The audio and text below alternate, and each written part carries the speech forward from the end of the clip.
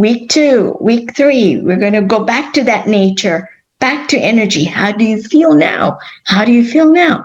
And for some, all how those pieces fit together was such a relief, because they kept spirituality in Sunday. Okay, you go to church and you do spirituality there, and that's it. You wear your Sunday best and that's where you go. And now it was a daily practice. It was a daily part of their life. So one of the things I give, and I know this is hard for people to say, hey, I'm not like Tiller with 20, 30 years of meditation, but it is scripture. When you are singular in your decision, your whole body will be full of light. You will be a teacher. You will be a light unto others. And you know what? You light up their light. We are each other's teachers. We're not separate. We cannot be like that. So once we all raise our consciousness that we all take this on board, then we help each other. We help the human society as a whole. So this is one of my meditations in the course. So I just want to say thank you, Judy. I don't know. Okay, just before 6. Woohoo! Thank you very, very much. And I'm really happy to take questions, and I actually will stop the share. Judy, you're muted. Sorry about that. Thank you. Okay. If you have any questions, go ahead and put them in the chat or raise your hand. I was thinking about, while you were speaking about Jerry Jin, our chairman, and you said that you work with him a lot, or you kept in touch with him, because when you were speaking, I was thinking about, you talk about this daily practice and the word integrative, right? It's integrating these parts that we have separated out. You said, the separation is an illusion, and that integrative medicine, that's kind of our work right now, is right to get over that illusion of separation and reintegrate all of this. And I love that. Deb wants to see the last slide about your contact information again.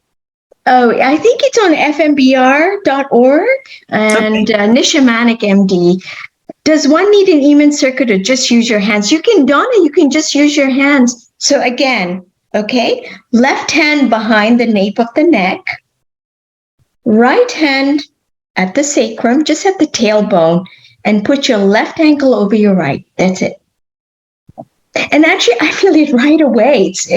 I don't do this in lectures because I would yawn and go to sleep. Really. It's very nice. It changed my book writing, because that's what I would do to recharge. Anne wanted to know if the course that you're doing is mainly for people with rheumatoid arthritis. It feels, I know because that's your work, right? But it feels more universal than that.